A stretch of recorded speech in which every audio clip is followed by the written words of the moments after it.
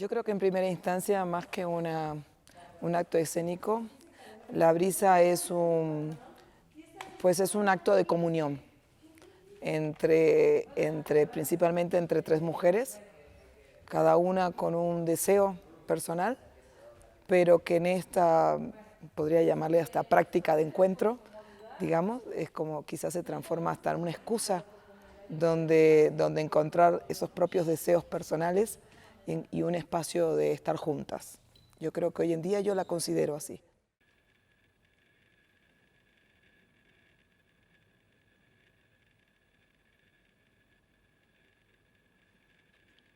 Primero es el deseo no solo de estar juntas, sino de aventurarse en algo. Creo que el deseo es la pieza fundamental para que algo ocurra. Y la aventura es una condición también importantísima para para cualquier acontecimiento. O sea, sin ese deseo de esa aventura, en el sentido de adentrarse en algo que no está pautado, adentrarse en ese terreno desconocido y con el coraje, digamos, de alguna manera, de soltar el lugar de control para dejar que el propio proceso del proceso emane. ¿Sí? Cuando digo coraje, digo porque es complejo cómo te aventuras a algo sin tener nada cierto. Entonces lo que termina siendo cierto es justamente ese deseo de aventurarse.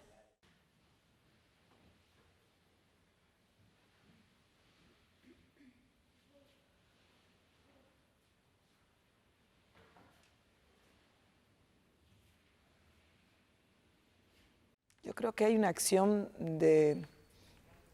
que viene de Rodrigo, me encanta ese término de excavar algo, y de excavar en el aire, que no es lo mismo que excavar en la tierra, que parecería, no es que hay un finito, pero ¿no? Cuando excavas en la tierra, pues sabes que yo que es un metro, más allá de 5 o 10 metros ya es algo, ¿no? Pero excavar en el aire es algo muy inaprensible, ¿no? Es difícil. Entonces la tarea de estar excavando o desenterrando algo que tampoco sabes muy bien qué es, pero hay una condición de abismo, que el abismo también como concepto me parece fascinante, porque es algo que te seduce, pero al mismo tiempo ¿no?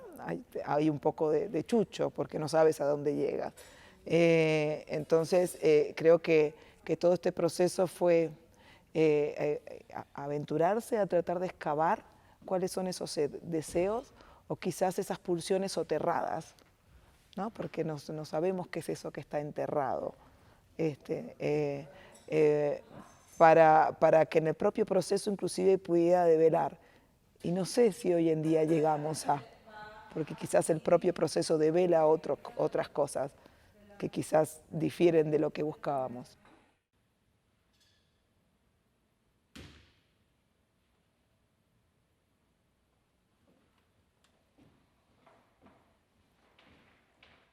Y hay algo que me parece muy interesante de esta condición que estoy un poco como indagando, de esta condición de ser mujer, o de esta condición, no sé si podría decir de lo femenino, que tiene que ver con ese no control a nivel de la comprensión o de la interpretación.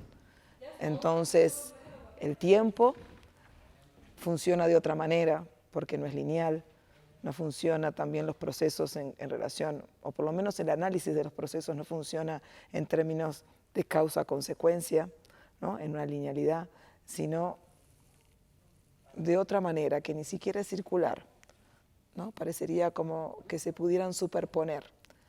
Y entonces inclusive hay una operación explícita de no tratar de interpretar, ¿no? Explicar y racionalizar, sino dejar que inclusive esos tres tiempos, pasado, presente y futuro, y el acontecimiento que los contiene a los tres, pueda impactar de la forma que vaya encontrando.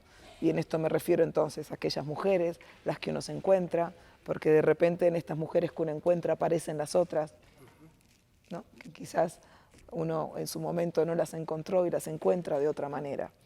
Entonces hay como, me gusta esta noción de tridimensionalidad inclusive del tiempo, una convivencia allí, temporal.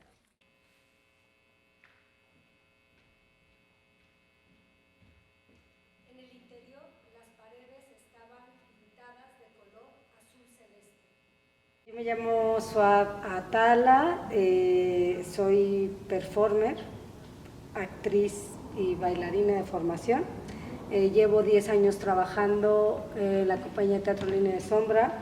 Mi primer proyecto con ellos fue La forma que se despliega, y a partir de ahí se desencadenaron una serie de proyectos artísticos que hasta la fecha seguimos en activo trabajando diversos proyectos y piezas escénicas.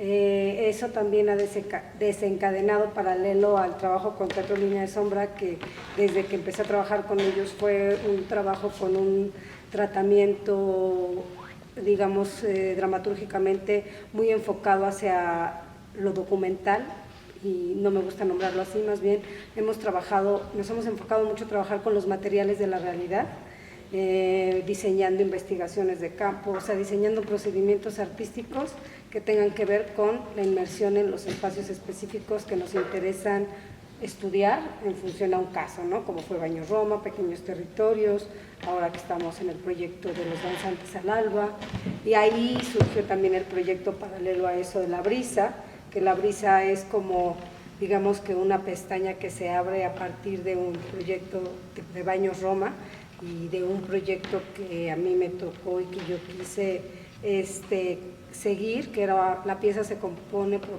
piezas autónomas, y yo tomé la decisión de seguir a una mujer que conocía los bares y la vida nocturna en Ciudad Juárez antes y después de la debacle, digamos que en la época dorada de Ciudad Juárez y después de la decadencia de Ciudad Juárez, digamos que toda esa transición tan sutil que fue sucediendo a lo largo de 20 años, ella pues la vivió, la habitó, la trabajó, la ejerció, y entonces eso me cautivó mucho.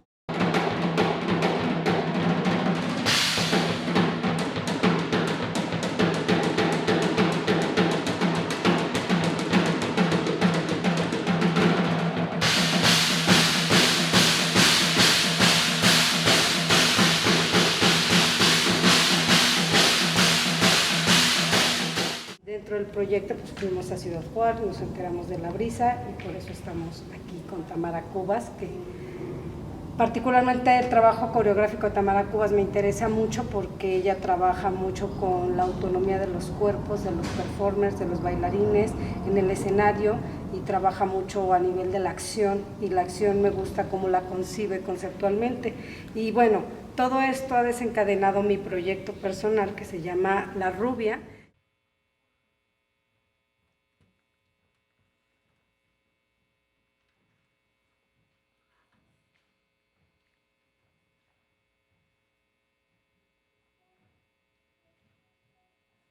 Digamos que se fundó en el 2012 con mi primer pieza que estrené en Praga, y se llamaba Si solo voy a vivir una vez, quiero ser rubia, y que era pues toda una, digamos que era un ritual, una protesta, una renuncia a ciertos patrones y cánones de conducta, pero más que nada a ese asumir el cuerpo como producto social, que era lo que me tenía como muy incómoda en la escena teatral y dancística, porque siempre mi trabajo fue como actriz y bailarina, entonces toda mi vida, desde los 18 años o antes, siempre estuve como en medio de ninguna parte, o sea, no era bailarina, pero no era actriz, entonces al no encontrar mi lugar, encontré que más bien había muchos estigmas alrededor de la práctica, y había muchas actrices y bailarinas y actores y bailarines que al momento de entrar a los modelos de producción mexicanos y mundiales, pues se enfrentaban con lo primero, que era cuestionar su ser, su presencia y su cuerpo, como se había trabajado.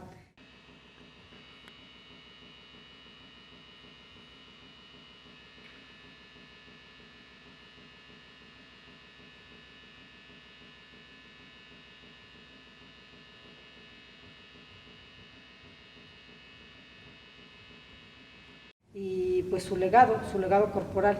Entonces esa negación de la persona para poder acceder a una práctica artística era la que me tenía pues inquieta, y fue a partir de ahí que decidí realizar mi propio proyecto. Y de ahí surge La Rubia, sigue ese proyecto, y luego viene La Cabeza en Azul, que es un parteaguas en mi proceso, porque después de 10 años de Línea de Sombra, de montar, de trabajar con varias compañías de danza, trabajando todo tipo de adaptaciones de tragedias griegas, de Shakespeare, de trabajar con adaptaciones de textos, y en fin, era como demasiada información la que siempre se le tenía que dar al espectador. Y mi último proyecto, y que La Cabeza en Azul, que es el proyecto que estrené en el 2018, y ahora Deshacer la Forma, es como un respiro y un descanso de todo el discurso enunciado a lo largo de tantos años. O sea, como que no tengo ganas de enunciar nada, no tengo ganas de hacerme responsable de ninguna, digamos que de ninguna palabra, tengo ganas de que el espectador se haga responsable de lo que piensa y de lo que mira, mientras habita el espacio que yo construí para él.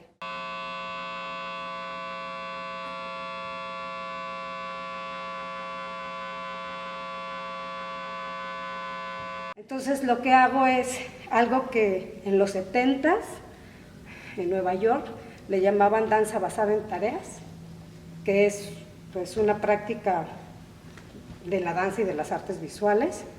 Y bueno, algo que yo ya he depurado y limpiado, y que le llamo la coreografía como depurador de estancias corporales, que en realidad lo que sucede es que el bailarino performer trabaja una acción física, que es una acción concreta, el cuerpo está concentrado en una tarea con un objeto, con un material, y ese material es el que construye las imágenes plásticas que el espectador va a disfrutar. Entonces, la presencia del performer se vuelve un aparato, un mediador de la imagen, y el performer pasa a segundo plano. Entonces, como yo digo, digamos que el ego del performer pasa, o sea, mientras menos se ve el bailarín, más virtuoso es el trabajo.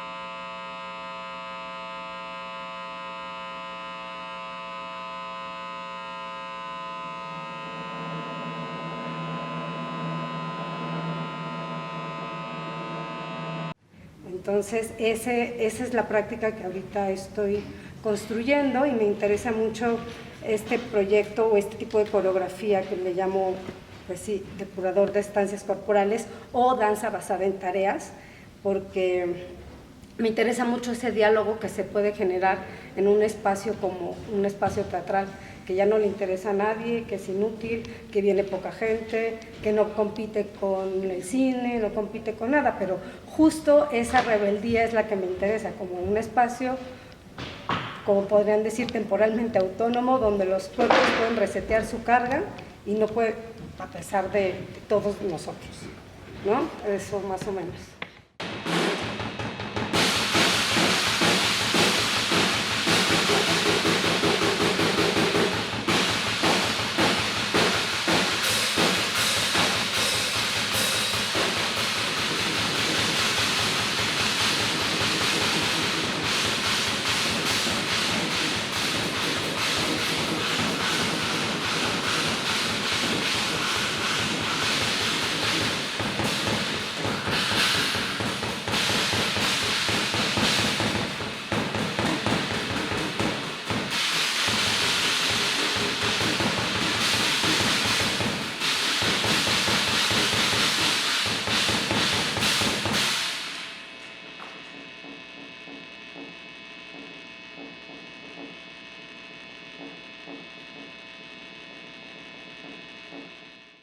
Edomex. Decisiones firmes, resultados fuertes.